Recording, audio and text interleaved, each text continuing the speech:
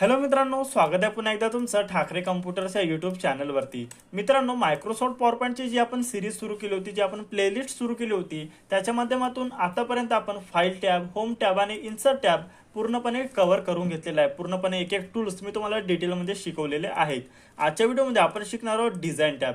Design टॅबचा जर विचार करायला गेला तर याच्यामध्ये एकूण 3 ग्रुप असतात, ज्याच्यामध्ये सगळ्यात पहिला ग्रुप आहे थीम्स ग्रुप, दुसरा ग्रुप आहे वॉरियंट्स ग्रुप आणि तिसरा आहे कस्टमाइज ग्रुप. सर्वात पहिला ग्रुप आपण जाणून घेऊया. थीम्स ग्रुपच्या माध्यमातून तुम्ही तुमच्या प्रेझेंटेशनमध्ये असलेल्या स्लाइड्सला थीम्स अप्लाय करू शकता. आता थीम याच्यामध्ये काही जास्त तर थीम्स दिलेले नाही आहेत मित्रांनो, परंतु तुमच्या आवडीनुसार इथे जे काही मोजके थीम्स दिलेले आहेत ते तुम्ही अप्लाय करू शकता. ज्याच्यातील बघा, पहिला आहे ऑफिस थीम नावाचा एक थीम आहे, त्याच्यानंतर दुसरा आहे फॅसेट नावाचा आहे, तिसरा आहे इंटेग्रल नावाचा. तर असे वेगवेगळ्या प्रकारचे वेगवेगळ्या नावाचे ते थीम्स दिलेले आहेत. तुम्हाला जो कोणता थीम इथे द्यायचा आहे ते तुम्ही इथून देऊ शकता. तुम्हाला जर थीम चेंज करायचा आहे तर तुम्ही परत त्याच ऑप्शनवरती जाऊन इथून थीम सुद्धा चेंज करू शकता. थीम चेंज केल्यानंतर किंवा थीम अप्लाय केल्यानंतर तुम्हाला प्रत्येक स्लाइडवरती एक वेगवेगळी, थोडक्यामध्ये वेगवेगळी डिझाईन्स अप्लाय झालेले तुम्हाला दिसून येईल. त्यालाच आपण थीम्स असे म्हणतो. तर बघा, याच्या माध्यमातून तुम्ही थीम्स अप्लाय करू शकता. तुम्हाला जर परत चेंज करायचे आहे तर परत तुम्ही चेंज करू शकता. एक ऑफिशियल थीम आपण इथून अप्लाय करून घेऊया. ठीक आहे, 20 नावाची थीम मी इथून अप्लाय करतो आहे. तर बघा मित्रांनो, अशा प्रकारे तुम्ही थीम्स अप्लाय करू शकता तुमच्या प्रेझेंटेशनला. त्याच्यानंतर आहे वॉरियंट्स. आता वॉरियंट्सच्या माध्यमातून तुम्ही काही बेसिक कलर्स इथून चेंज करू शकता तुमच्या थीमचे. तर बघा, नॉर्मल कलर्सच्या ऑप्शनवरती तुम्हाला जायचं आहे. त्याच्यानंतर तुम्हाला इथून कुठला कलर ठेवायचा ते तुम्हाला इथून चूज करता येणार आहे. मग तुम्हाला जो कोणता इथून कलर ठेवायचा आहे तो तुम्ही इथून ठेवू शकता. आणि एक गोष्ट लक्षात ठेवा मित्रांनो, इथून अप्लाय केलेला कलर प्रत्येक स्लाइडच्या बॅकग्राऊंडला अप्लाय होणार आहे. ठीक आहे मित्रांनो, तर अशा प्रकारे तुम्ही वॉरियंट्सच्या माध्यमातून कलर चेंज करू शकता.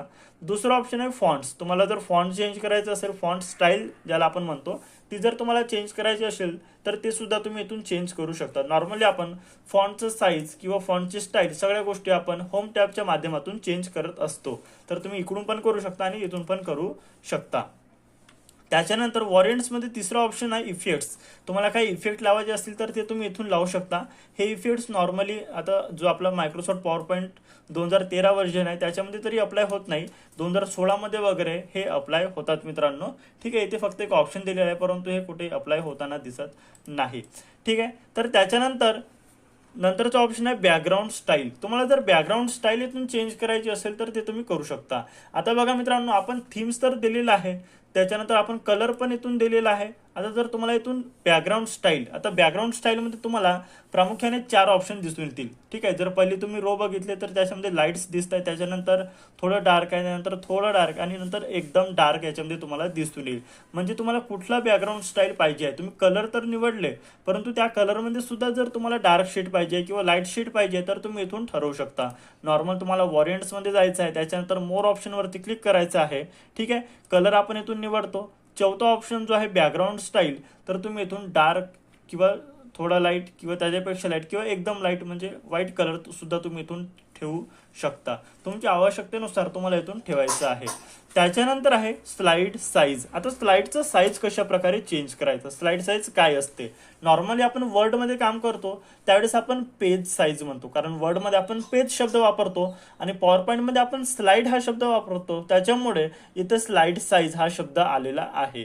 तर मित्रांनो, स्लाइडचं साईज अगदी ज्या प्रकारे आपला पेजचा साईज A4, A3, A5 असतो, त्या प्रकारे स्लाइडचा साईज सुद्धा A5, A3 वगैरे असू शकतो, A4 सुद्धा असू शकतो. ठीक आहे, प्रत्येक स्लाइड जे आपल्या पेजला अप्लाय होतात वर्डमध्ये तेच आपल्या पॉवरपॉईंटमध्ये सुद्धा स्लाइडला अप्लाय होतात. त्याआधी बघा मित्रांनो, ज्यावेळेस तुम्ही स्लाइड साईजवरती क्लिक करता तुम्हाला 2 ऑप्शन दिसून येतील. पहिला आहे स्टँडर्ड आणि दुसरा आहे व्हाईट स्क्रीन.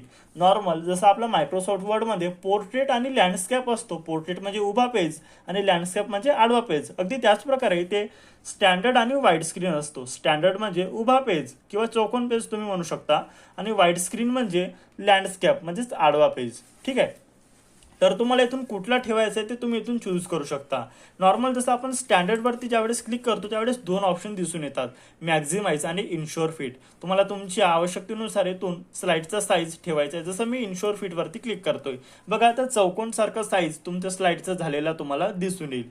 त्याच्यानंतर जर आपण वाईड स्क्रीन म्हणजेच आपल्या भाषेत वर्डच्या भाषेत जर म्हणायचं झालं मायक्रोसॉफ्ट वर्डच्या हिशोबाने, तर त्याला आपण लँडस्केप म्हणतो. ठीक आहे, तर बघा वाईड स्क्रीनवरती जसं मी क्लिक केलं तसं परत दोन ऑप्शन ओपन झाले, मॅक्झिमाइज आणि इन्शोर फिट. तर तुमच्या हिशोबाने तुम्हाला इथून ठेवायचं आहे. जसं मी मॅक्झिमाइज वरती क्लिक करतोय तर आता काय झालंय, लँडस्केप झालेलं आहे. आता हे तर झालं पोर्ट्रेट आणि लँडस्केप म्हणजे स्टँडर्ड आणि वाईड स्क्रीन. पण साईज ऍक्च्युअल मध्ये कशा प्रकारे चेंज करायचं, तर नॉर्मल बघा कस्टमाइज स्लाइड साईज या ऑप्शनवरती तुम्हाला क्लिक करायचं आहे.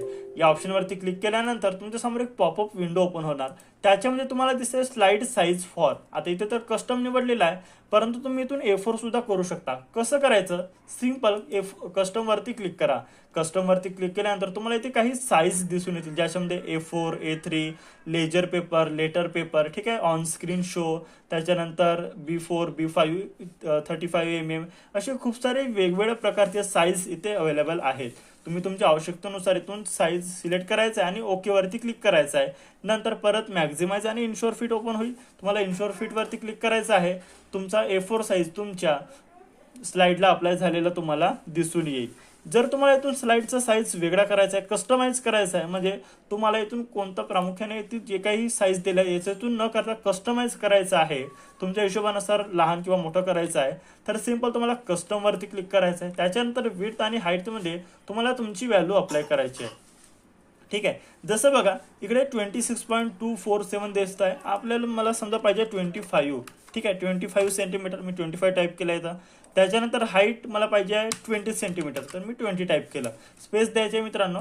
त्याच्यानंतर ओके वरती मी क्लिक केलं. जसं मी ओके वरती क्लिक केलं परत दोन ऑप्शन ओपन झाले, मॅक्झिमाइज आणि इन्शोर फिट. स्लाइडचं साईज चेंज करताना तुम्हाला हे दोन ऑप्शन दिसून येणारच आहेत. ओके मित्रांनो, तर बघा मी मॅक्झिमाइज वरती क्लिक केला. आता तो साईज या स्लाइडला अप्लाय झालेला आहे. या स्लाइडला म्हणजेच काय, प्रत्येक स्लाइडला अप्लाय होणार. पूर्ण प्रेझेंटेशनमध्ये जेवढे स्लाइड असणार त्या प्रत्येक स्लाइडला हा साईज अप्लाय होत असतो. तर बघा कस्टमाइज स्लाइड साईज वरून तुम्ही कस्टमाइज करू शकता किंवा इथून जे काही ऑप्शन दिलेले आहेत पेपर साईजचे, जसं A4 पेपर आहे, A3 पेपर आहे, ते तुम्ही इथून ठरवू शकता. ओके मित्रांनो, जर तुम्हाला कॅन्सल करायचं असेल तर तुम्ही इथून कॅन्सल करू शकता. पोर्ट्रेट लँडस्केपचं ऑप्शन सुद्धा इथे दिलेलं आहे, ते सुद्धा तुम्ही इथून ठरवू शकता. जसं मी सध्या कॅन्सल करतोय. किंवा परत आपल्याला एक नॉर्मल साईज पाहिजे तर मी इथून लँडस्केप निवडला. ठीक आहे, ओके वरती क्लिक केलं. परत आपण स्लाइड साईजचा वापर करून वाईड स्क्रीनवरती क्लिक करू शकता, जेणेकरून आपला जो नॉर्मल साईज असतो स्लाइडचा लँडस्केपमध्ये, नॉर्मली लँडस्केपच ठेवायचा आहे मित्रांनो. तुम्हाला एखाद्या ठिकाणी जर प्रॉपर रिक्वायरमेंट असेल की A4 साईज पाहिजे तेव्हाच तुम्हाला A4 करायचं आहे. नॉर्मली स्लाइड शो करताना तुम्हाला लँडस्केपच म्हणजेच वाईड स्क्रीनच खूप महत्त्वाचं ठरतो. त्याच्यानंतर आहे बॅकग्राऊंड, फॉर्मॅट बॅकग्राऊंड. एक शेवटचा टूल्स आपला उरलेला आहे फॉर्मॅट बॅकग्राऊंड. फॉर्मॅट बॅकग्राऊंड म्हणजेच काय, आपण बॅकग्राऊंडला फॉर्मॅट करू शकतो. आता तुम्ही म्हणाल की आतापर्यंत आपण थीम्स अप्लाय केलं, त्याच्यानंतर कलर अप्लाय केले, झालं बॅकग्राऊंड फॉर्मॅट. परंतु मित्रांनो पुन्हा खूप सारे ऑप्शन्स आहेत, जसं बॅकग्राऊंडवरती फोटो कसा आणायचं, बॅकग्राऊंडवरती वेगवेगळे 3-4 कलर कशा प्रकारे अप्लाय करायचे, त्या सगळ्या गोष्टी आपण फॉर्मॅट बॅकग्राऊंडच्या माध्यमातून शिकणार आहोत. तर बघा नॉर्मल तुम्हाला फॉर्मॅट बॅकग्राऊंडवरती क्लिक करायचं आहे. त्याच्यानंतर खूप सारे ऑप्शन्स तुम्हाला दिसत असणार. इकडे बघा आपण 1 बाय 1 शिकणार आहोत. तर सगळ्यात पहिलं आहे सॉलिड फिल. जसं तुम्ही सॉलिड फिल वरती क्लिक करता तसं काय झालं, आपल्या पहिल्या स्लाइडला एकच कलर आलेला आहे. आता बघा काय असते सॉलिड फिल. काय असते सॉलिड फिल म्हणजे कोणताही एकच कलर अप्लाय करणे. ठीक आहे, आता तुम्हाला कलर इथून चेंज करायचं असेल तर कसं करायचं, सॉलिड फिल वरती क्लिक करायचं. सिंपल खाली कलर ऑप्शन दिसत आहे, त्याच्यासमोर एक कलर पॅलेट आहे, त्याच्यावरती जर तुम्ही क्लिक केलात तर तुम्हाला इकडे खूप सारे वेगवेगळे कलर्स दिसून येतील. मग तुम्हाला तुमच्या हिशोबाने कलर निवडायचा आहे. त्याच्या खाली तुम्हाला ट्रान्सपरन्सी एक ऑप्शन दिसत असेल. आता ट्रान्सपरन्सी काय आहे, तर बघा मित्रांनो ट्रान्सपरन्सी जेवढी कमी राहिली तेवढा डार्क कलर दिसेल, आणि ट्रान्सपरन्सी जेवढी तुम्ही वाढवाल, जेवढी इन्क्रीज कराल तेवढं लाईट बॅकग्राऊंड तुम्हाला दिसणार आहे. तर सिंपल तुम्हाला तुमच्या आवश्यकतेनुसार इथून बॅकग्राऊंड म्हणजे तुम्हाला कोणता कलर पाहिजे त्याच्यानुसार तुम्हाला ट्रान्सपरन्सी ठेवायची आहे. अप्लाय टू ऑल या ऑप्शनवरती क्लिक केल्यानंतर प्रत्येक स्लाइडला तो कलर अप्लाय होणार आहे. आता बघा पहिल्या स्लाइडला तुम्हाला दिसून येत असेल, पण जसं मी अप्लाय टू ऑल वरती क्लिक केलं तसं काय झालं, प्रत्येक स्लाइडला तो कलर अप्लाय झालेला आहे. सॉलिड फिलच्या माध्यमातून तुम्ही कोणताही एक कलर अप्लाय करू शकता, त्याची ट्रान्सपरन्सी सेट करू शकता. दुसरा ऑप्शन आहे ग्रेडियंट फिल. आता ग्रॅडियंट फिल काय असतो, तर बघा ग्रॅडियंट म्हणजेच काय, दोन किंवा दोनपेक्षा अधिक कलर आपण वन बाय वन अप्लाय करतो, म्हणजे एकाच वेळी 2-3 कलर आपण अप्लाय करतो, त्याला ग्रॅडियंट फिल म्हणतात. ठीक आहे, आता आपण प्रॅक्टिकली समजून घेऊया. ग्रॅडियंट फिलवरती तुम्हाला क्लिक करायचं आहे. सगळ्यात पहिले ग्रॅडियंट स्टॉप्स तुम्हाला दिसून येतील.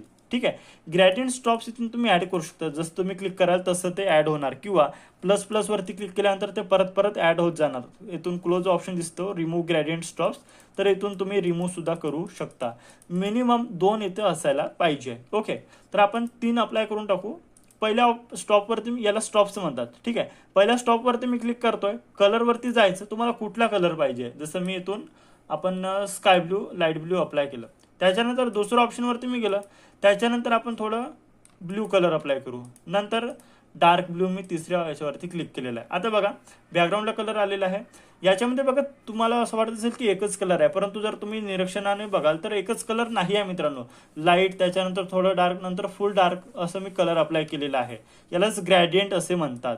तुम्ही इथून वेगळा कलर सुद्धा अप्लाय करू शकता. जसं मी याच्यावरती क्लिक करतोय, बघा याच्यावरती क्लिक केलं, त्याच्यानंतर मी ब्लॅक कलर अप्लाय केलं तर ब्लॅक झालं. हे बरं दिसणार नाही, म्हणून मी काय केलं आहे की सिंपल एकाच कलरच्या शेडमध्ये वेगवेगळे कलर घेतले. याला मी अंडू करून घेतोय. ठीक आहे, आता बघा ग्रॅडियंट स्टॉप्स वरती आपण आहोत. इथून तुम्ही कलर निवडू शकता. आलं असेल लक्षात. पोझिशन आणि ट्रान्सपरन्सी. आता ट्रान्सपरन्सी तुम्हाला लक्षात आहे, जेवढा आपण लाईट वाढवणार तेवढा काय होतो, तो लाईट होतो, आणि जेवढा आपण ट्रान्सपरन्सी कमी करणार तेवढा तो डार्क होतो. तर तुमच्या हिशोबाने इथून प्रत्येक कलरची, प्रत्येक स्टॉपच्या वेगवेगळ्या कलरची ट्रान्सपरन्सी तुम्हाला इथून सेट करायची आहे. पोझिशन म्हणजे जसं आता हा स्टॉप आहे, ठीक आहे, तर याची पोझिशन काय आहे, 44% आहे.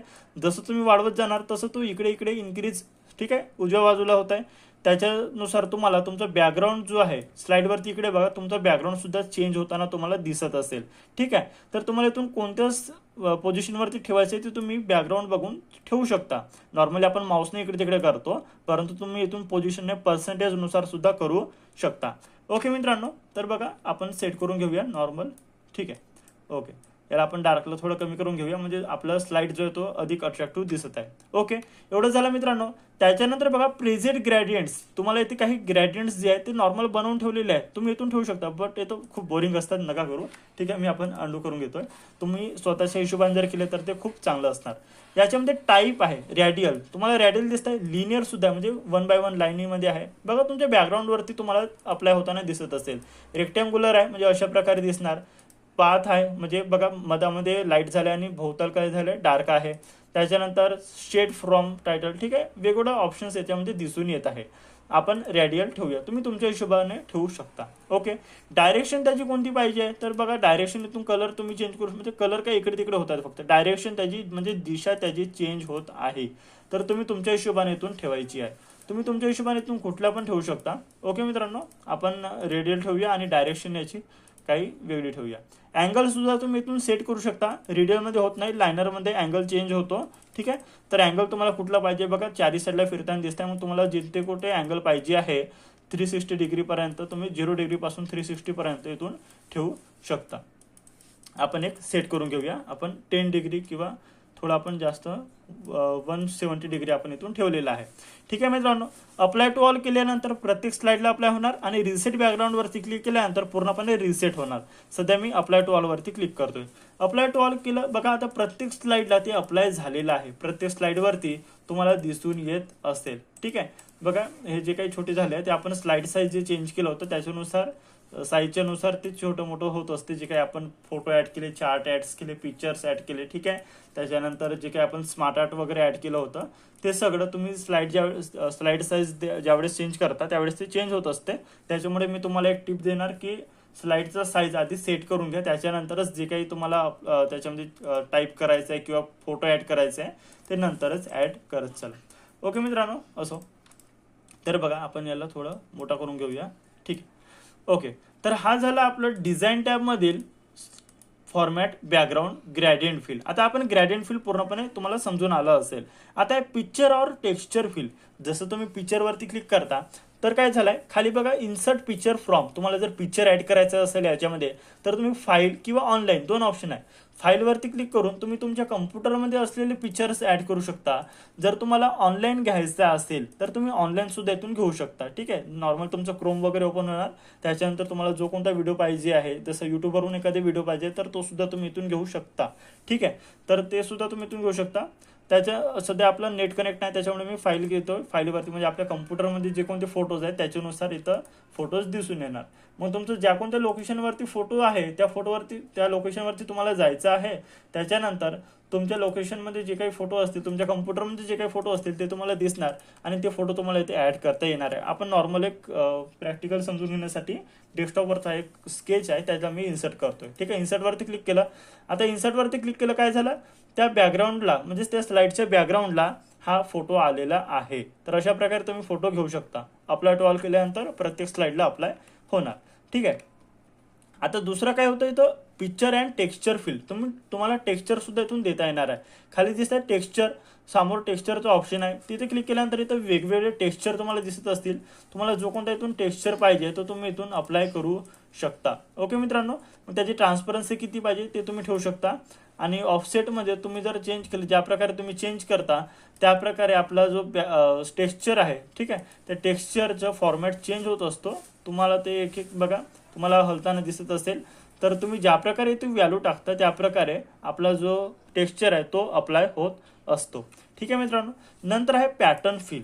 आता पॅटर्न फिल म्हणजे काय बघा, इथे वेगवेगळे पॅटर्न्स बनवून तुम्हाला दिसत असतील. खाली तुम्हाला दोन ऑप्शन दिसतील, एक आहे फॉरग्राऊंड आणि एक आहे बॅकग्राऊंड. बॅकग्राऊंडला तुम्हाला कुठला कलर ठेवायचा आहे, जसं मी बॅकग्राऊंडला ठेवतो येलो कलर. आणि फॉरग्राऊंड म्हणजे तुम्हाला जे काही तो पॅटर्न आहे ते कोणत्या कलरमध्ये पाहिजे तर तो आपण ठेवूया रेड. ठीक आहे, आता बघा तुम्हाला हा एक पॅटर्न दिसत असेल, तुम्ही इथून पॅटर्न चेंज करू शकता. ठीक आहे, खाली अप्लाय टू ऑल ऑप्शन आहे. अप्लाय टू ऑल केल्यानंतर प्रत्येक स्लाइडला अप्लाय होणार. जसं आपण एक ठेवून बघूया. ठीक आहे, अप्लाय टू ऑलवर तुम्ही क्लिक केलं. आता बघा प्रत्येक स्लाइडला ते अप्लाय झालेलं आहे. ठीक आहे मित्रांनो, त्याच्यानंतर बघा पॅटर्न फिल झालं. पॅटर्न फिलमध्ये हे ऑप्शन्स आहेत. दुसरं आहे हाईड बॅकग्राऊंड ग्राफिक्स. जर तुम्हाला ग्राफिक्स चेंज बॅकग्राऊंड लपवायचं आहे, ठीक आहे, हाईड बॅकग्राऊंड ग्राफिक्स. हे जे ग्राफिक्स आहे बघा तुम्हाला प्रत्येक स्लाइडवरती दिसून येतील. जे आपण थीम्स ठेवलं होतं बघा, हे डिझाईन आहे छोटीशी. तुम्हाला जर हे लपवायचे असतील तर तुम्हाला या ऑप्शनवरती क्लिक करायचं, म्हणजे ते लपून जाणार आणि तुम्ही जो कोणता बॅकग्राऊंड ठेवलाय फक्त तोच बॅकग्राऊंड याच्यामध्ये दिसणार. ओके मित्रांनो, तर अशा प्रकारे तुम्ही बॅकग्राऊंड फॉर्मॅट करू शकता. तुम्हाला जो कोणता कलर पाहिजे आहे, तुम्हाला सॉलिड फील पाहिजे आहे, ग्रेडियंट फील पाहिजे आहे, ठीक आहे, त्याच्यानंतर पिक्चर फील पाहिजे आहे किंवा पॅटर्न फील पाहिजे आहे, तर तुम्हाला जो कोणता इथून बॅकग्राऊंड पाहिजे आहे, ठीक आहे, त्या प्रकारे तुम्ही इथून फॉर्मॅट करू शकता. म्हणून याचं नाव आहे फॉर्मॅट बॅकग्राऊंड. तर तुमच्या आवश्यकतेनुसार तुम्हाला इथून घ्यायचं आहे. नॉर्मली आपण ग्रेडियंट फील इथून घेऊया. अप्लाय टू ऑलवर तुम्ही क्लिक करतोय, प्रत्येक स्लाइडला ते अप्लाय झालेलं आहे. तर बघा नॉर्मल इथून तुम्हाला क्लोज करून घ्यायचं आहे. अशा प्रकारे तुम्ही फॉर्मॅट बॅकग्राऊंडच्या माध्यमातून तुमचा बॅकग्राऊंड जो काही आहे स्लाइडचा तो तुम्ही चेंज करू शकता मित्रांनो. तर अशा प्रकारे आपला डिझाईन टॅब पूर्णपणे कंप्लीट झालेला आहे. डिझाईन टॅबमध्ये आपण प्रत्येक टूल एक एक बेसिक टूल आपण डिटेलमध्ये जाणून घेतलेला आहे. ठीक आहे मित्रांनो, तर व्हिडिओ कसं वाटलं ते मला कमेंट करून नक्की सांगा. व्हिडिओ आवडला असेल तर व्हिडिओला लाईक करा आणि अशाच व्हिडिओसाठी आपल्या ठाकरे कम्प्युटरच्या यूट्यूब चॅनलला आत्ताच सबस्क्राईब करा. थँक्यू मित्रांनो.